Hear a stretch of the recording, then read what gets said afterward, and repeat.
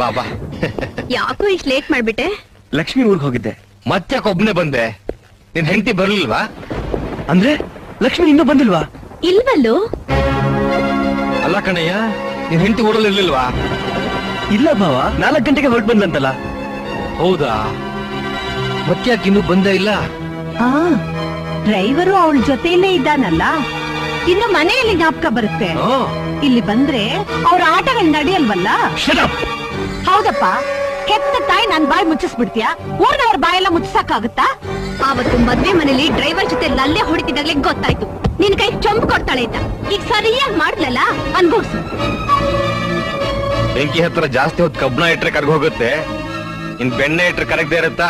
ಏನತ್ತೆ? ಹೌದಪ್ಪ, ದರಿದ್ರದವಳು ನಮ್ಮನೆ ಮಾನ ಮರ್ಯಾದೆ ಎಲ್ಲ ಬೀದಿ ಪಾಲ್ ಮಾಡ್ಬಿಟ್ಲು. ಫ್ರೆಂಡ್ಸ್ ಎಲ್ಲ ನನ್ನ ಹತ್ರ ಮಾತಾಡೋದಕ್ಕೆ ಅಸಹ್ಯ ಪಟ್ಕೊಳ್ಳೋ ಹಂಗ್ ಮಾಡ್ಬಿಟ್ಲು. ಯಾಕೆ ನೀವೆಲ್ಲ ಬರೀ ಕೆಟ್ಟದನ್ನ ಯೋಚನೆ ಮಾಡ್ತೀರಾ? ನೀವೆಲ್ಲ ಏನೇ ಹೇಳಿದ್ರು ನಾನ್ ನಂಬಲ್ಲ. ನನ್ ಲಕ್ಷ್ಮಿ ನನಗೆ ಮೋಸ ಮಾಡಕ್ಕೆ ಸಾಧ್ಯನೇ ಇಲ್ಲ. ದಾರಿಲಿ ಏನೋ ಎಡವಟ್ಟಾಗಿರ್ಬೇಕು, ಅಷ್ಟಕ್ಕೆ ನೀವೆಲ್ಲ. ಅವಳದೇ ಫೋನ್ ಇಲ್ಲ. ಹಲೋ, ಮಿಸ್ಟರ್ ಆಕಾಶ್ ಇದ್ದಾರಾ? ಆಕಾಶ್ ಹಿಯರ್. ನೀವ್ಯಾರು? ರಾಮನಗರ ಪೊಲೀಸ್ ಸ್ಟೇಷನ್ ಇಂದ. ಪೊಲೀಸ್ ಸ್ಟೇಷನ್ ಇಂದ? ಲಕ್ಷ್ಮಿ ಅನ್ನೋ ನಿಮ್ ಹೆಂಡತಿ ತಾನೆ? ಹೌದು. ಅವ್ರಿಗೇನಾಯ್ತು ಸರ್? Police ride. ಐಬಿ ನಲ್ಲಿ ಕಾರ್ ಡ್ರೈವರ್ ಜೊತೆ ರೂಮ್ ಮಾಡ್ಕೊಂಡಿದ್ರು, ಅರೆಸ್ಟ್ ಮಾಡಿದೀವಿ.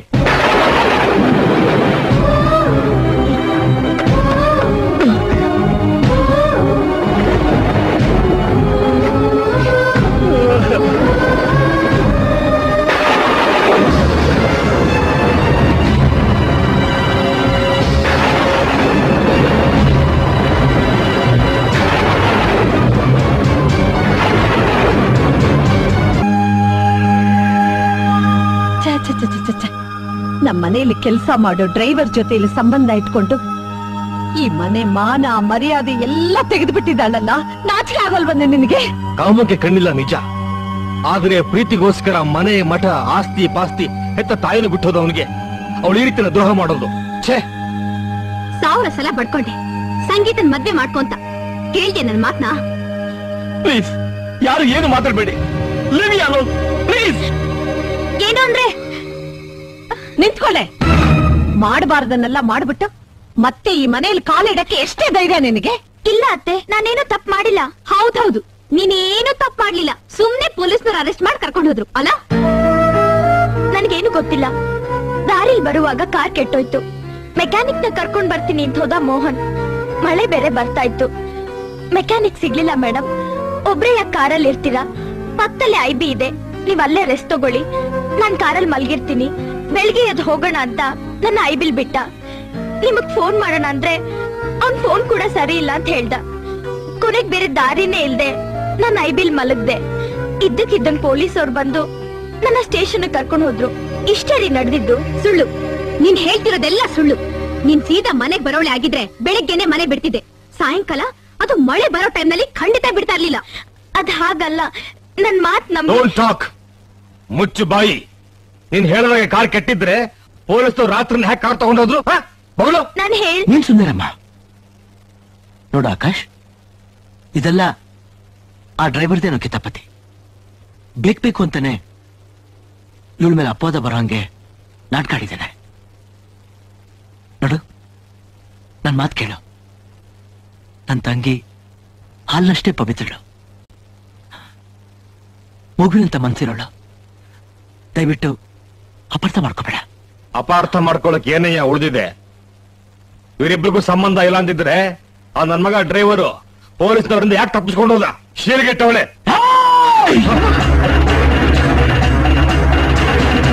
ತಂಗಿ ಬಗ್ಗೆ ಹುಚ್ಚುಚ್ಚಾಗಿ ಮಾತಾಡಿದ್ರೆ ಕತ್ತರಿಸಾಕ್ಬಿಡ್ತೇನೆ.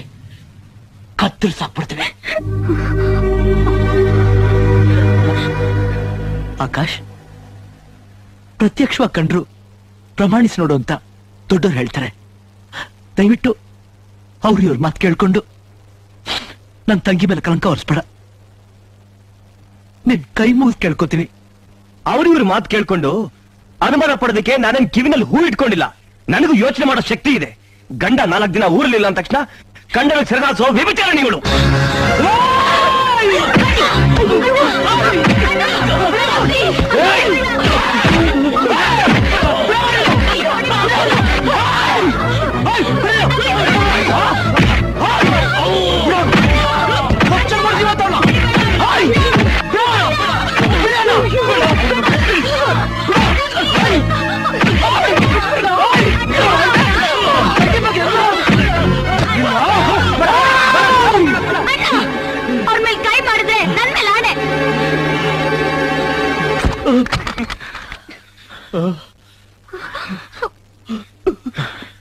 ಲಕ್ಷ್ಮಿ, ಆಣೆ ಇಟ್ಟು ತಪ್ಪಾಗ್ಬಿಟ್ಟೆ ಕಣಮ್ಮ.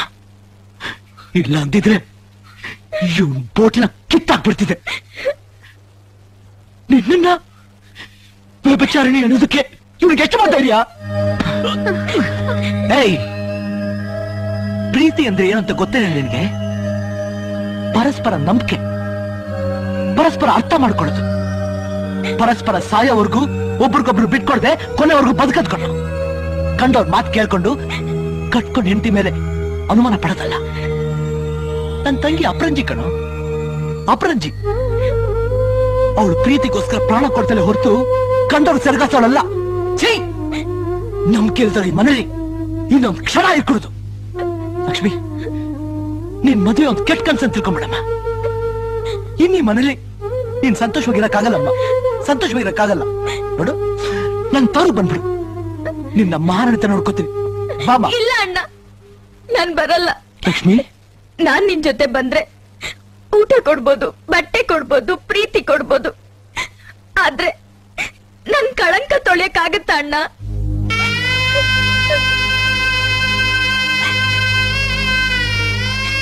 ಶೀಲ್ಗೆಟ್ಟೋಳು ಅನ್ನೋ ಕಳಂಕ ಹೊತ್ಕೊಂಡು ತವ್ರ ಮನೇಲಿ ಬದುಕೋಕ್ಕಿಂತ ಇಲ್ಲೇ ಸಾಯೋದೆಷ್ಟೋ ವಾಸಿ ಅಣ್ಣ. ಅಯ್ಯೇ, ನೀನ್ 100 ಕಾಲ ಚೆನ್ನಾಗಿರ್ಬೇಕಮ್ಮ, 100 ಕಾಲ ಚೆನ್ನಾಗಿರ್ಬೇಕು. ನನ್ಗೇನು ಆಗಲ್ಲ ಅಣ್ಣ. ಸತ್ಯ ಅನ್ನೋದು ಹೊಟ್ಟೆಲಿರೋ ಮಗು ತರ, ಅದಿವತ್ತಲ್ಲ ನಾಳೆ ಹೊರಗ್ ಬರ್ಲೇಬೇಕು. ನಾನ್ ನಿರಪರಾಧಿನ್ ಗೊತ್ತಾದ್ಮೇಲೆ ನಾನ್ 1 ನಿಮಿಷನೂ ಈ ಮನೇಲಿ ಇರಲ್ಲ ಅಣ್ಣ. ಅಲ್ಲಿವರೆಗೂ ನನ್ನ ತವ್ರಿಗೆ ಕರಿಬೇಡ ಅಣ್ಣ. ಆಮೇಲೆ ನಾನೇ ನಿನ್ ಜೊತೆ ಬಂದ್ಬಿಡ್ತೀನಿ, ನಿನ್ ಜೊತೆ ಬಂದ್ಬಿಡ್ತೀನಿ ಅಣ್ಣ.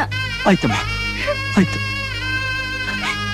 ನನ್ ಮನೆ, ನನ್ ಮನಸ್ಸು ಯಾವತ್ತೂ ನಿನಗೋಸ್ಕರ ತೆರೆದಿರುತ್ತೆ. ನಿನಗೆ ಯಾವಾಗ ಬರ್ಬೇಕು ಅನ್ಸುತ್ತೋ ಆ ಓಡ್ ಬಂದ್ಬಿಡು. ನಿನ್ನ ಕಣ್ಣಲ್ಲಿ ಕಣ್ಣಿಟ್ಟು ರೆಪ್ಪೆ ತರ ನೋಡ್ಕೋತೀನಮ್ಮ, ರೆಪ್ಪೆ ತರ ನೋಡ್ಕೋತೀನಿ.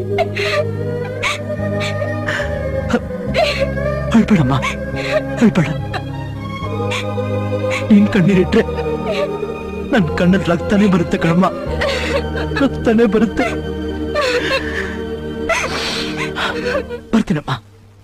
ಏಯ್, ಆ ಡ್ರೈವರ್ ನನ್ ಮಗ ಎಲ್ಲಿದ್ರು ಕರ್ಕೊಂಬಂದು ನಿಜ ಏನಂತ ಬಾಯ್ ಬಿಡ್ತೀನಿ. ಅಲ್ಲಿವರೆಗೂ ಯಾರಾದ್ರೂ ನನ್ನ ತಂಗಿಗೆ ಏನಾದ್ರೂ ತೊಂದರೆ ಕೊಟ್ರು ಒಬ್ಬೊಬ್ಬರನ್ನು ಕೊಚ್ಚಾಕ್ಬಿಡ್ತೀನಿ. ಹುಷಾರ್.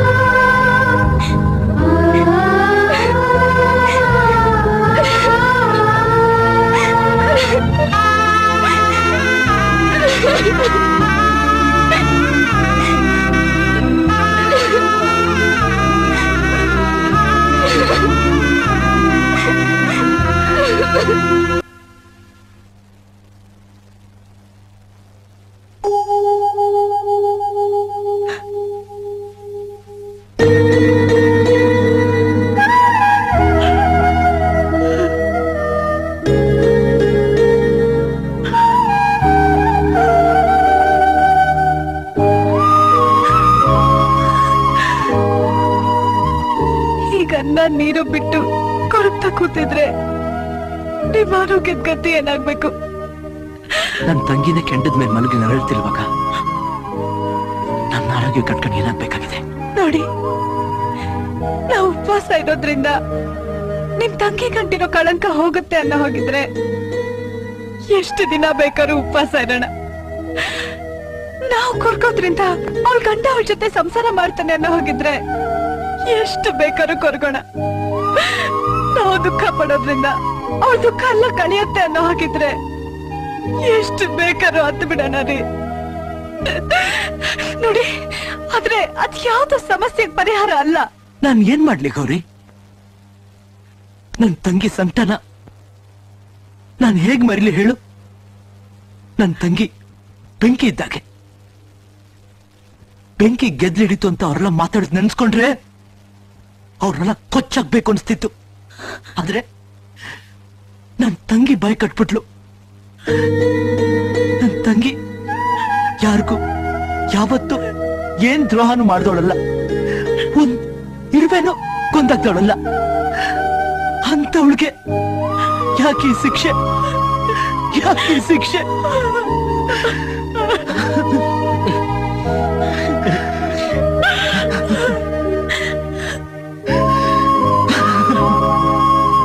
ಸೀತೆ 14 ವರ್ಷ ವನವಾಸ ಪಟ್ಲು.